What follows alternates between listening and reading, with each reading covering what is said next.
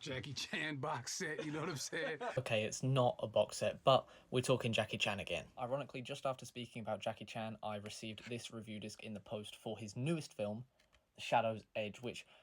I was a little bit disturbed when I saw that the film was 2.5 hours in length, considering that I think that the majority of action films are shorter, more direct, straight to the point. But I was, for the most part, impressed by The Shadow's Edge because of how it develops into an action film with emotional stakes and very well developed characters. Director Larry Yang really finds his stride in this cat and mouse thriller, which begins with some terrible editing and some really distracting music choices, but which slowly settles down and which gradually becomes a very interesting film, which is primarily held up by its trio of leading performances from Jackie Chan, of course, now 71 years old, but still able to throw himself around like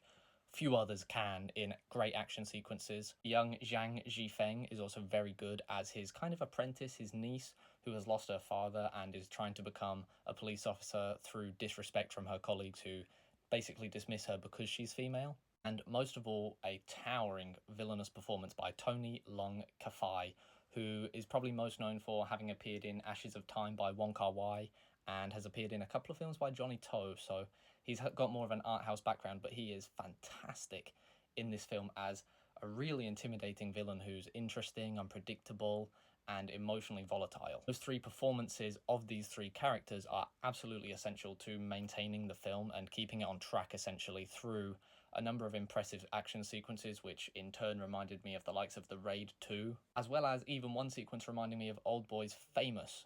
iconic hallway scene. There is a lot to like here, which makes it even more of a shame that the editing is so aggressive and so rampant and so all over the place, and that a few of the soundtrack choices also derail the focus on the characters. Because this does manage to lean towards being a truly great action film when it manages to focus enough on its characters and its actions side by side instead of necessarily prioritizing one completely over the other. The Shadow's Edge is a very good film and it is worth seeing, but it's also a reminder of how important editing can be and how much damage it can do to a film